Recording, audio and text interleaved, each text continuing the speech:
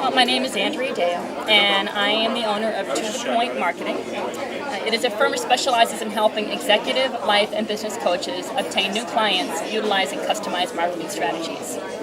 How did you become a specialist on the topic of LinkedIn profile? Well, as someone who is a marketing specialist and also has a very strong technical background, my clients began asking me a lot of questions about LinkedIn, and I found myself looking at LinkedIn, improving my profile because I'm a marketing professional, and I ended up creating a teleclass because of that, and I also ended up creating a LinkedIn group, and just by doing, I learned, and because of doing that, individuals thought I knew a lot, so I therefore learned a lot more by doing research, and because the majority of my clients, LinkedIn is their major social network, so they really needed my help. So how can professionals use LinkedIn at work? It depends on the kind of professionals that they are and what they're doing. Typical examples are going to be keeping up to date on your industry because you can talk to so many different people on LinkedIn. Another one is creating testimonials, and an example of that is I was talking to a prospect for sales, and I said, well, I can send you endorsements or testimonials. Oh, no, I'll just look on LinkedIn, and when I see those, it'll be fine. And he went and looked it up, and because he knew the people I was connected to, I got the business. So that's another example for a sales professional. For job seekers, which is a big one for LinkedIn, you can do a lot of research, you can show off your credibility, you can make pivotable connections to potential people who could either employ you as well as give you endorsement. And also, LinkedIn has a lot of high-level use in regards to HR and also recruiters who may find you on there, as well as for executives making pivotable contacts with other companies as well. So those are typical examples. How do you think of employers are responding to having people use this as a marketing tool? It depends on the organization and how familiar they are with utilizing the internet as a way for getting business done. If you need to be aware of a couple things. One is being aware of the online policy of your organization. They may even block LinkedIn. It doesn't mean they should, but they have their own online policy and they will monitor your activities. If you believe or already use LinkedIn in a way that makes a big difference to your business, you need to explicitly talk about that with your manager to avoid any misunderstandings and to be able to leverage LinkedIn to your advantage. But more than anything else, I encourage you to be open with it.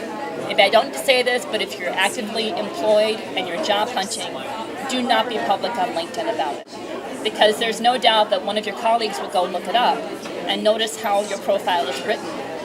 Because and if you may have a problem. You can put your profile in another language? Yes, what that is that when you set up your profile on LinkedIn, you can initially select what language you want. One thing I'll make clear, it doesn't translate it. It is more of an identifier. So, for example, say that you wanted Spanish for your standard profile. The assumption is, if you're Latina, that in that circumstance, anybody looking at it would be able to understand English. And that's why it's only to say for native speakers and people who work with native speakers.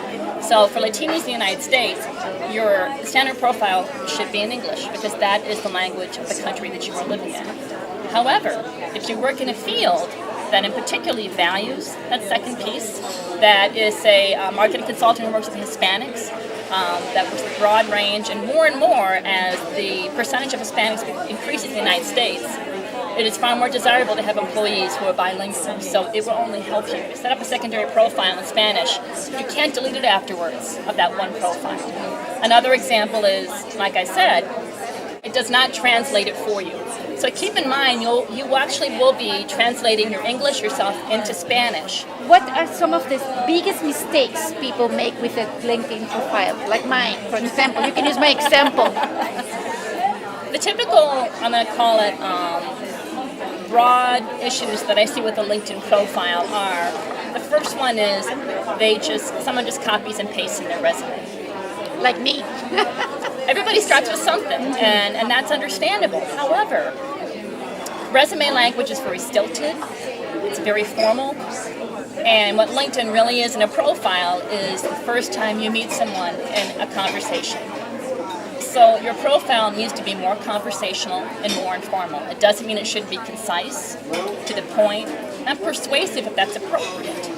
However, the language you might utilize for a resume isn't the way people normally talk. So when they look at that, it's just going to sound weird. Okay. The second problem that they have on LinkedIn is people just get on LinkedIn and get their profile up, and they have no idea what they want to do with it. They have no goals to drive that. So say there are different goals. If someone is an executive working within an organization and they're looking to build a reputation within that organization, they would have very different goals within LinkedIn versus someone who is a top salesperson, say selling of all things Hondas. They would have a very different approach. In regards to LinkedIn and the links, it's not the number of links, no matter what they say. It depends on what the links are. So, for example, 80% of my connections are all either they're a client of mine or a potential client. In other words, I am very selective. I also do not link with someone unless I've spoken with them or know somebody who knows them well. Other people have different strategies. That's my choice. It forces me to pick up the phone and call them and say, oh, I don't know you. Can we talk? I've yet to have anyone say no. Or drop them an email. If they ignore it, well, then I guess they aren't that interested when it comes down. What it does is that it really makes you think about whether you want to connect with somebody or not, if it is worth your time. Because if you're not going to pursue a relationship in business, would you call them if they gave you a business card? It's no different in LinkedIn. In regards to LinkedIn, one way to look at it is that a lot of the work that you would do on there and the writing can be used other places. So, for example, a bio that you have on your website is typically written more conversational, and you can start with that on your LinkedIn, and it may be an easy way for you to get there. In regards to spending time, first you have to discern if LinkedIn is the place you want to spend most of your time. There's Facebook, there's Twitter, there's LinkedIn. Typically, it's more individuals who are in business to business. If you are an individual who works mostly with consumers and say that you run Kings Island, Facebook is probably a better fit than LinkedIn. Versus if you're an individual who, like me, sells marketing services or a business coach, LinkedIn is your place to be. So that's the first question. The next one is to determine how much time you want to spend every week. And it depends on your goals. You just may have one goal that just says to keep up on industry news. What does that mean? You get on LinkedIn, you put up a basic profile, you join a couple groups, and you read and see what's going on. Now, if you're a job hunter, you'll be far more involved in that. And part of it, too, depends on how your business goals are met. It may be that there are much better ways for you to communicate that are far more effective.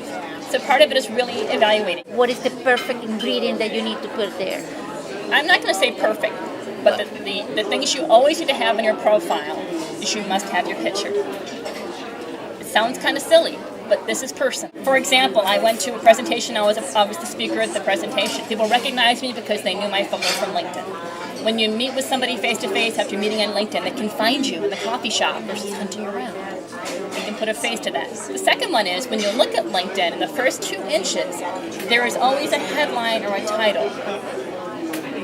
That's key. If someone reads that, they decide if they want to stay or they want to go. It's like having a tagline. Yes, exactly. What is your tagline? Mine is really long right now. It says something like marketing consultant for executive business and life coaches. That's for me. There are other ways to design a tagline, and I actually have written about that in a guidebook that I utilize in my class. Well, I have 2 different aspects. One is personalized one-on-one LinkedIn consulting. And the reason why I provide that is the majority of services out there tend to not be customized at all. They just a very broad wash in how you should be using LinkedIn. And as you're experiencing during our conversation, you go, well, what should I do? And someone like me can give you a specific strategy so that you don't spend time fumbling around. We can have specific tasks to do. And someone like me can look at your profile and teach you how to write it in a way that brings a really strong response. Look at the summary, as they call it in there. And there are typically 6 different elements that need to be in there. And those elements, though, are defined on where you are in the business. In other words, for me, as a sales professional for my own business, my profile needs to state things like the top 3 answers or needs that my client has, the top 3 answers that I have, 2 sentences of why I'm the one to satisfy that, and my call to action of what you need to do when you read it. And my website is tothepointwriting.net, and that's 2 spelled T-O. And of course, you can find me on LinkedIn as Andrea Dale. Thank you, Andrea, for sharing such important information with Mujer Latina. Thank you very much, Lorena.